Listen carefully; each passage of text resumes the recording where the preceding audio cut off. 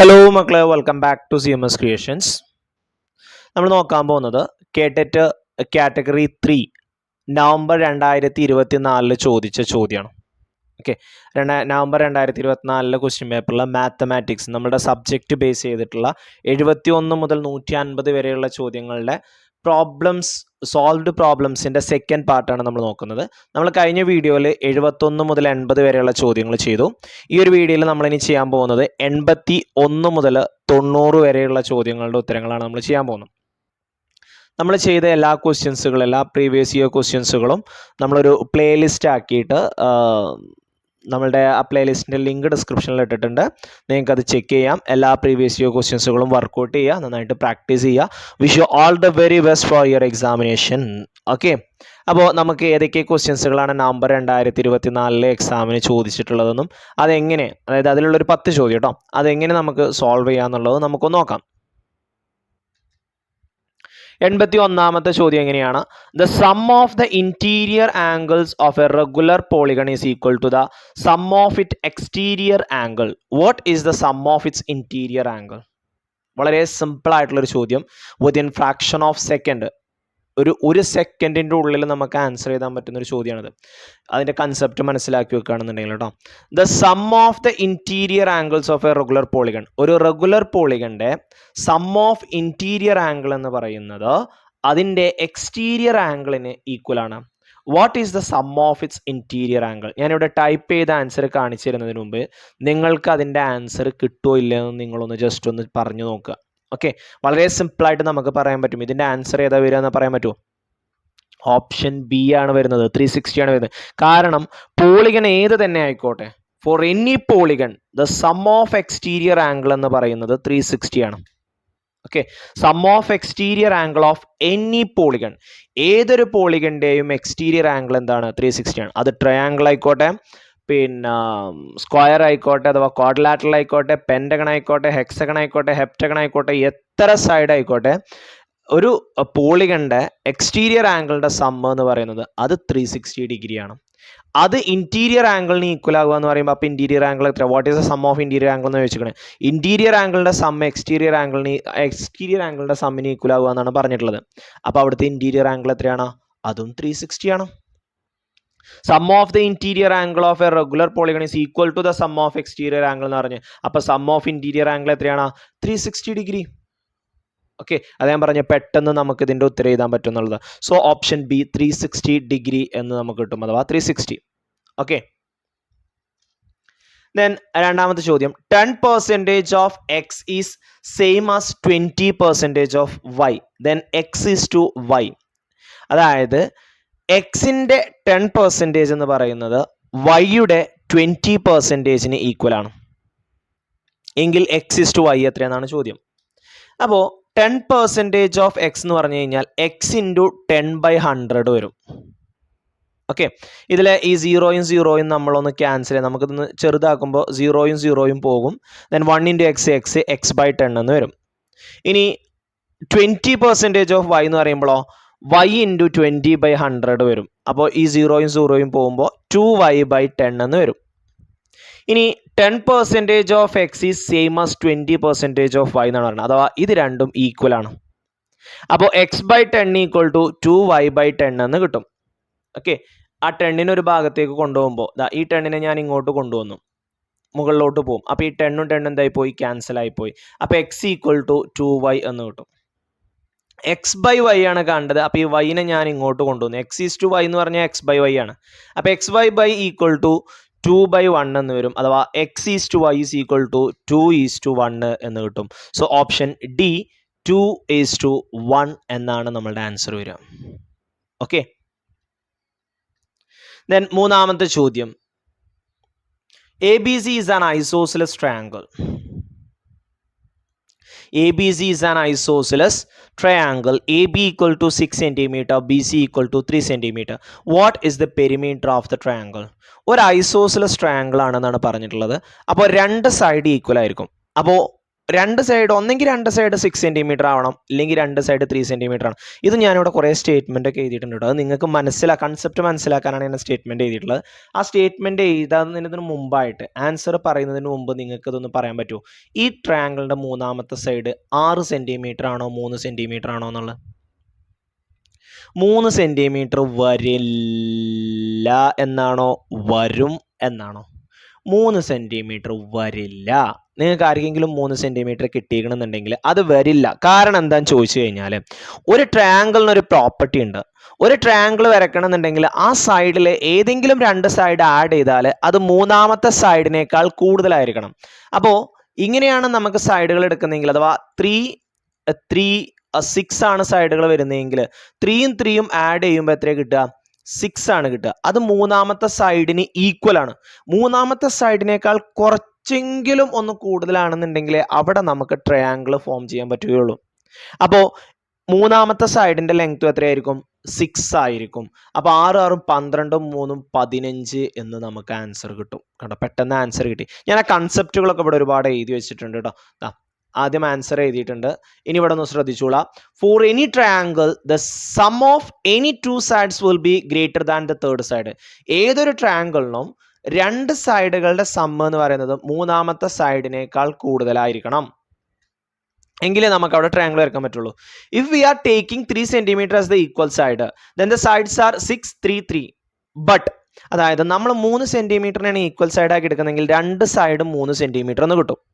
അപ്പോൾ എന്താണ് പ്രശ്നം എന്ന് ചോദിച്ചു കഴിഞ്ഞാൽ 3 + 3 = 6 ആണ്.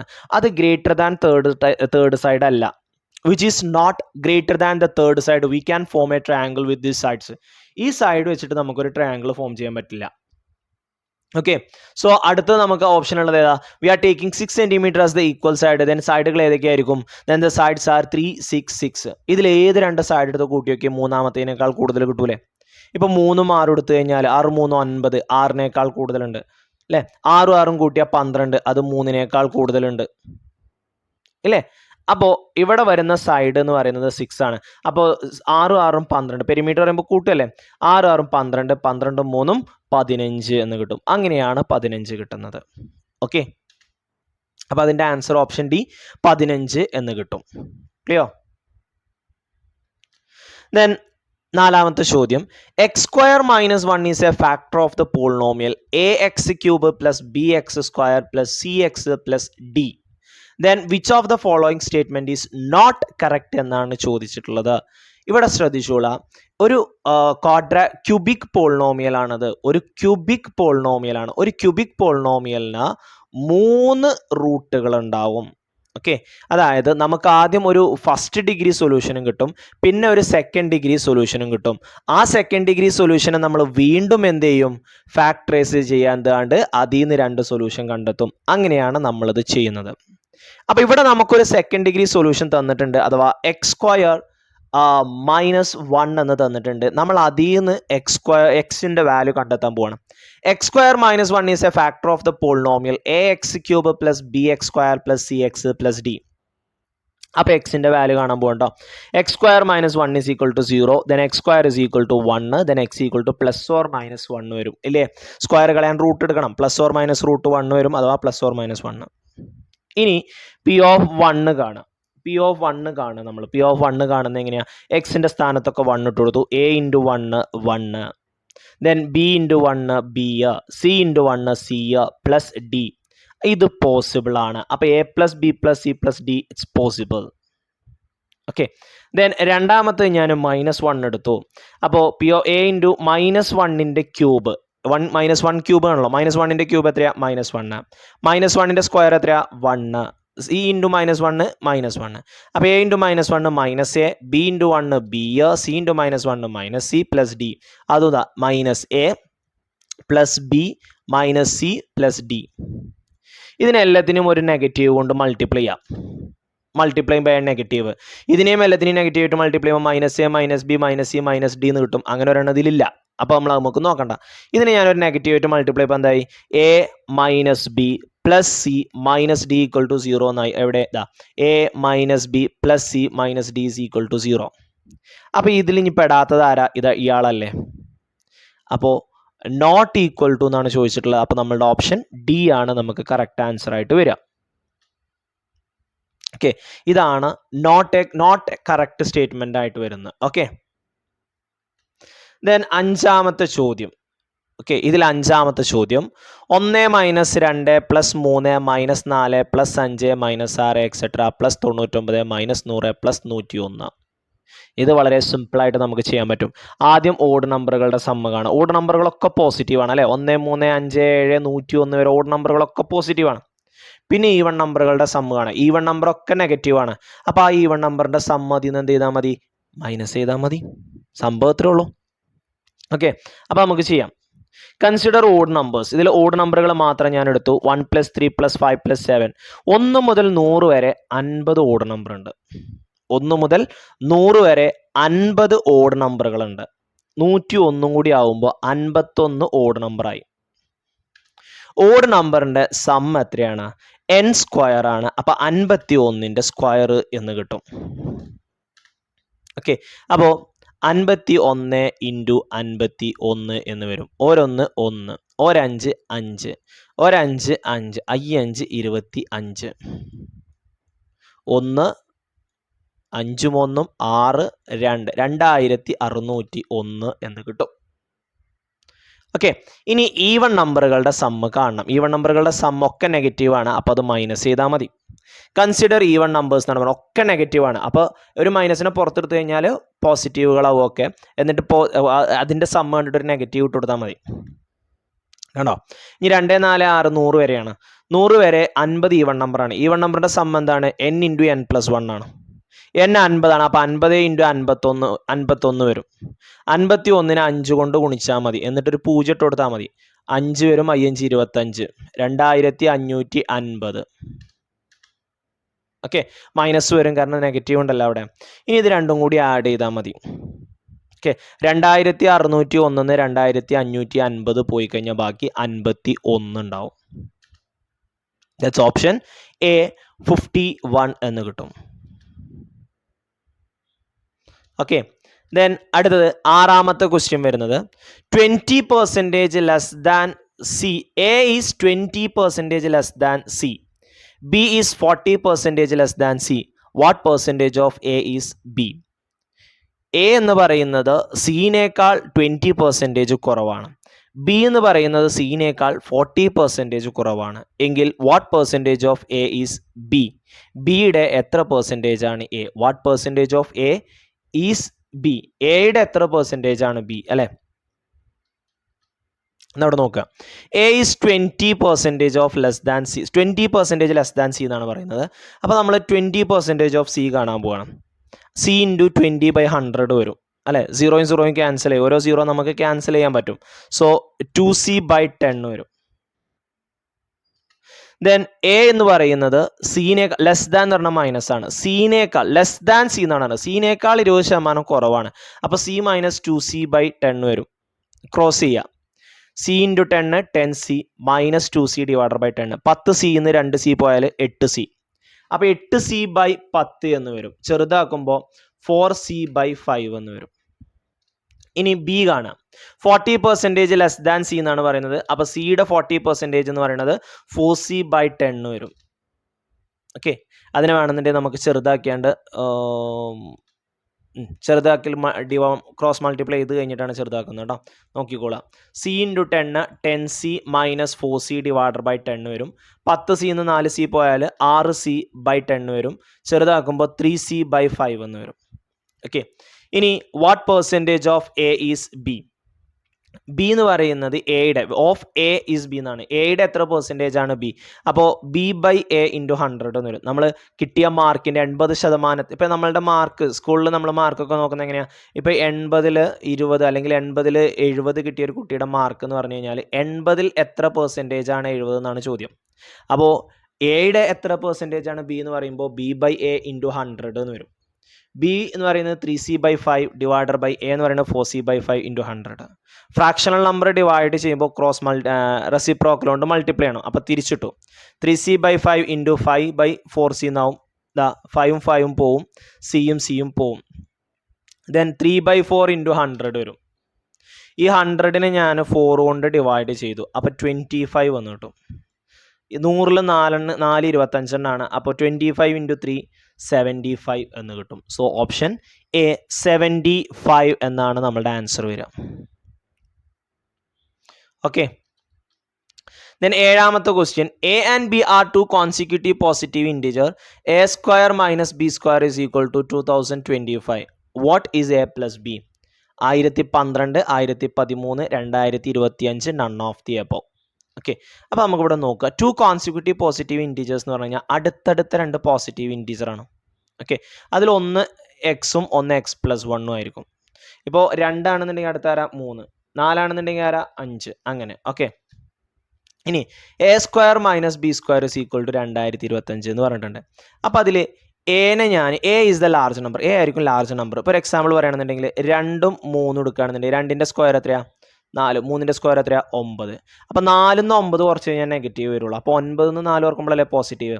ഇവിടെ 2025 പോസിറ്റീവ് ആയതുകൊണ്ട് തന്നെ ഇവിടെ എ ആയിരിക്കണം ലാർജ് നമ്പർ. എ ആയിരിക്കണം എന്ത് ലാർജ് നമ്പർ വരുന്നത്. അപ്പോൾ എനെ ഞാൻ എക്സ് പ്ലസ് 1 എന്നും ബിനെ ഞാൻ എക്സ് എന്നും എടുത്തു. എ ലാർജ് ആയിട്ടില്ലെങ്കിൽ അവിടെ നെഗറ്റീവ് വരും. മനസ്സിലായോ? വേറെ ഏത് എക്സാമ്പിൾ നിങ്ങൾ എടുത്തു, അപ്പോൾ 5ഉം 6ഉം ആണെന്നുണ്ടെങ്കിൽ എ 5 ആണെന്നുണ്ടെങ്കിൽ 25 - 36 നെഗറ്റീവ് വരണം. ഓക്കെ. അപ്പോൾ എ ആയിരിക്കും ലാർജ് നമ്പർ. അപ്പോൾ എനെ ഞാൻ എക്സ് പ്ലസ് 1 എന്നും ബിനെ ഞാൻ എക്സ് എന്നും എടുത്തു. ഇനി നമുക്കറിയാവുന്ന ഒരു ഐഡന്റിറ്റി ഉണ്ട്. എന്താണ് a square minus b square? A plus b into a minus b ആണ്. എന്താണ്? A plus b into a minus b ആണ്. അത് നമുക്കറിയാവുന്നതാണല്ലോ a square minus b square. അതിൽ നിന്ന് എ പ്ലസ് ബി കണ്ടൂടെ? ഈ എ മൈനസ് ബിനെ അപ്പുറത്ത് കൊണ്ടുവന്നു കഴിഞ്ഞാൽ അത് എ പ്ലസ് ബി ആയി. അപ്പോൾ a plus b equal to a square minus b square is equal to a minus b. എന്താണ് a square minus b square? അത് 2025. ഇനി എ മൈനസ് ബി എന്താണെന്ന് കാണണമെന്നുണ്ടെങ്കിൽ ഇതൊന്നും മൈനസ് ചെയ്താൽ മതി. എ ഇന്ന് ബിനെ കുറക്കുക. എ എന്ന് പറഞ്ഞു കഴിഞ്ഞാൽ എക്സ് പ്ലസ് 1 ആണ്. അല്ല, ഇവിടെ എടുത്തിട്ടുണ്ട് നമ്മൾ എ എന്താണ് ബി എന്താണ് എന്നുള്ളത്. ബി എന്ന് പറഞ്ഞു കഴിഞ്ഞാൽ എക്സ് ആണ്. അപ്പോൾ എക്സ് പ്ലസ് 1 എന്ന് എക്സ് പോയാൽ ബാക്കി ആരുണ്ടാവും? ഇതാ എക്സും പോയി, ബാക്കി 1 ഉണ്ടാവും. അപ്പോൾ എ പ്ലസ് ബി എന്തായി? 2025/1. 2025/1 എത്രയാണ്? 2025. അപ്പോൾ എ പ്ലസ് ബി എത്രയാ? ഓപ്ഷൻ സി 2025 എന്ന് കിട്ടും. ഓക്കെ. എട്ടാമത്തെ ചോദ്യം, A B C D is A quadrilateral. Area of triangle A O B is 80 square centimetre. Area of triangle DOC 30 square centimeter. Area of triangle AOD 60 square centimeter. What is the area of triangle BOC എന്നാണ് ചോദ്യം. ഞാൻ ഈ ക്വസ്റ്റ്യനിൽ പറഞ്ഞത് പ്രകാരം ഞാൻ ഈ ചിത്രത്തിൽ ഓരോന്നിനും ഏരിയകൾ കൊടുത്തു. ഫസ്റ്റത്തെ നമ്മളോട് പറഞ്ഞ് AOB അത് 80 ആണ്. ഇവിടെ AOB 80. പിന്നെ പറഞ്ഞത് DOC അത് 30 ആണ്. അത് DOC ഇവിടെ 30 കൊടുത്തു. ദെൻ AOD 60 ആണ്. അത് ഇവിടെ 60, അത് ഇതിലും കൊടുത്തു. എന്നിട്ട് ഞാൻ ഇപ്പുറത്തേക്ക് ഒരു ചിത്രം വരച്ചു. ഇത് കാണുമ്പോൾ തന്നെ പറയാൻ പറഞ്ഞിട്ടുണ്ട്. ഞാനിവിടെ കുറേ സ്റ്റേറ്റ്മെൻ്റ് ഒക്കെ പറയുന്നുണ്ട്. അതിന് മുമ്പ് ഞാൻ ജസ്റ്റ് ഒന്ന് പറഞ്ഞുതരാം. നമ്മളൊരു ട്രയാങ്കിളിൻ്റെ ഒരു മൂലയിൽ നിന്നും എതിർവശത്തേക്ക് വരക്കുന്ന വരെ ട്രയാങ്കിളിൻ്റെ ഏരിയനെയും റേഷ്യോനും ഒരേപോലെ കട്ട് ചെയ്യുന്ന. അപ്പോൾ 30ഉം 60ഉം 1:2 ആണ്. അപ്പോൾ ഈ റേഷ്യോ എത്രയായിരിക്കും? 1:2 ആയിരിക്കും. അപ്പോൾ ഇവിടുത്തെ ഏരിയൻ്റെ റേഷ്യോ എന്തായിരിക്കും? 1:2 ആയിരിക്കും. 2ൻ്റെ സ്ഥാനത്ത് 80 ആണെന്നുണ്ടെങ്കിൽ 1ൻ്റെ സ്ഥാനത്ത് എത്രയാ? 40. Okay. The line drawn from one vertex to the opposite side divide the length of the side and the area of the triangle in the same ratio. ഒരു വെർട്ടെക്സിൽ നിന്നും അതിൻ്റെ ഓപ്പോസിറ്റ് സൈഡിലേക്ക് വരക്കുന്ന ലൈന് എന്ത് ചെയ്യും? ആ ട്രയാങ്കിളിൻ്റെ സൈഡിനെയും ട്രയാങ്കിളിൻ്റെ ഏരിയനെയും ഒരേ റേഷ്യോയിൽ കട്ട് ചെയ്യും. സോ കൺസിഡർ ട്രയാങ്കിൾ DAC എന്ന് പറയുന്ന ട്രയാങ്കിൾ കൺസിഡർ ചെയ്തു. അതിന് നമ്മളൊരു ലൈൻ വരച്ചു കഴിഞ്ഞപ്പോൾ DOC ഏരിയ ഡിവൈഡഡ് ബൈ DOAയുടെ area is equal to OC/OA എന്നാണ്. അപ്പോൾ 30/60 ഈക്വൽ ടു OC/OA എന്ന് കിട്ടും. അതിനെ ചെറുതാക്കുമ്പോൾ 1/2 ഈക്വൽ ടു OC/A. ഇനി ഇപ്പുറത്തെ ABC എന്ന് പറയുന്ന ട്രയാങ്കിൾ കൺസിഡർ ചെയ്ത് കഴിഞ്ഞാൽ നമുക്ക് അവിടെയും ഒരു റേഷ്യോ എഴുതാം. Triangle OBC divided by triangle area എന്നാണ്. എ എന്ന് പറഞ്ഞു കഴിഞ്ഞാൽ ഏരിയ എന്നാണ് കേട്ടോ. Area of triangle OBA equal to OC/OA. അത് 1/2 എന്ന് കിട്ടും. ഇവിടെ OBAയുടെ ഏരിയ 80 ആണ്. ആ 80 അവിടെ കൊടുത്തു. ഇനി 80നെ അപ്പുറത്തോട്ട് കൊണ്ടുവരാം. അപ്പോൾ 80/2 എത്ര കിട്ടും? 40 കിട്ടും. അപ്പോൾ OBCയുടെ ഏരിയ എത്രയാണ്? 40 സ്ക്വയർ സെന്റിമീറ്റർ എന്ന് കിട്ടി. ഓക്കെ. Then ഒൻപതാമത്തെ ചോദ്യം, the median of 10 score is 101, 103, 107, 111, 117, 124, 121 and 119, 120 and A is 115. Then what is A? എന്താണ് median? Median is the middlemost observation when the data are arranged in ascending or descending order. അപ്പം നമുക്ക് തന്നിരിക്കുന്ന ഡാറ്റനെ ഞാൻ ascending or descending ഓർഡറിൽ ഒന്ന് arrange ചെയ്യാൻ പോവാണ്. If the number of observation is odd, ഇതിൻ്റെ ബാക്കി ഡെഫിനേഷൻ കൂടി ഇവിടെ കൊടുത്തിട്ടുണ്ടോ.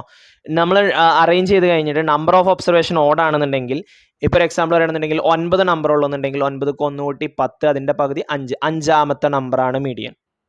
ഇനി ഈവൺ നമ്പർ ആണെന്നുണ്ടെങ്കിലോ n/2th ഒബ്സർവേഷൻ്റെയും അതിൻ്റെ തൊട്ടപ്പുറത്തുള്ള ഒബ്സർവേഷൻ്റെയും, ഇപ്പോൾ 10 ആണെന്നുണ്ടെങ്കിൽ 10ൻ്റെ പകുതി അഞ്ചാമത്തെയും ആറാമത്തെയും ഒബ്സർവേഷൻ്റെ ആവറേജ്, അതൊരു ഇക്വേഷൻ ആക്കി ഇവിടെ കൊടുത്തു എന്നുള്ളൂ.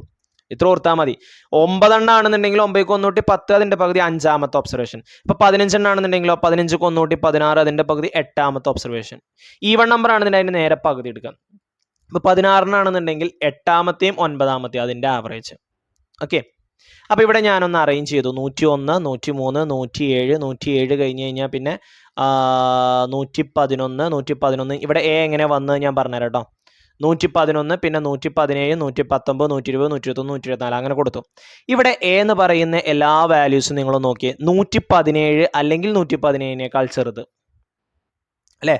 എ എന്ന് പറയാൻ ചാൻസ് ഉള്ള വാല്യൂസ്, നമുക്ക് തന്നിട്ടുള്ള വാല്യൂസ് ഒക്കെ ഒന്നെങ്കിൽ 117 ആണ്, അല്ലെങ്കിൽ 117നേക്കാൾ ചെറുതാണ്. അപ്പോൾ 117ൻ്റെ മുമ്പ് എഴുതണ്ടേ അസെൻഡിങ് ഓർഡറിൽ എഴുതുമ്പോൾ? വേണ്ടേ? വേണം.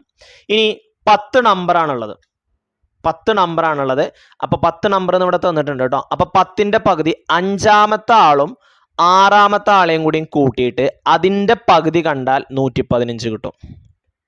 ഓക്കെ, അഞ്ചാമത്തെ ആൾ ആരാ? 1, 2, 3, 4. അഞ്ചാമത്തെ ആള് എ ആണ്. അപ്പോൾ A + 117.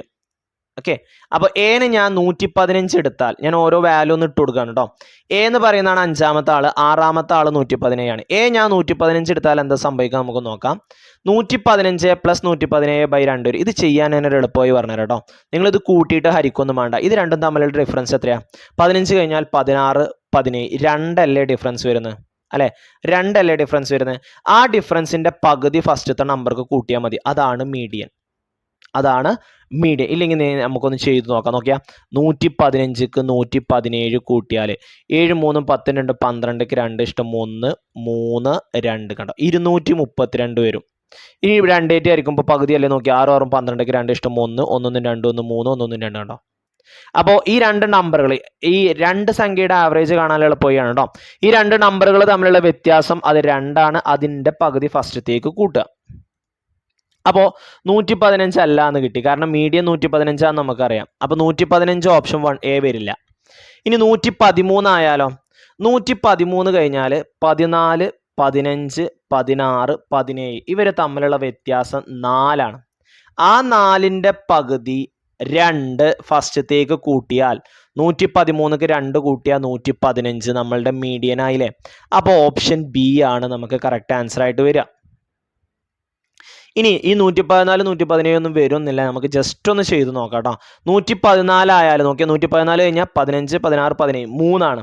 3ൻ്റെ പകുതി 1.5, 115.5 ആണ്. പറ്റില്ല.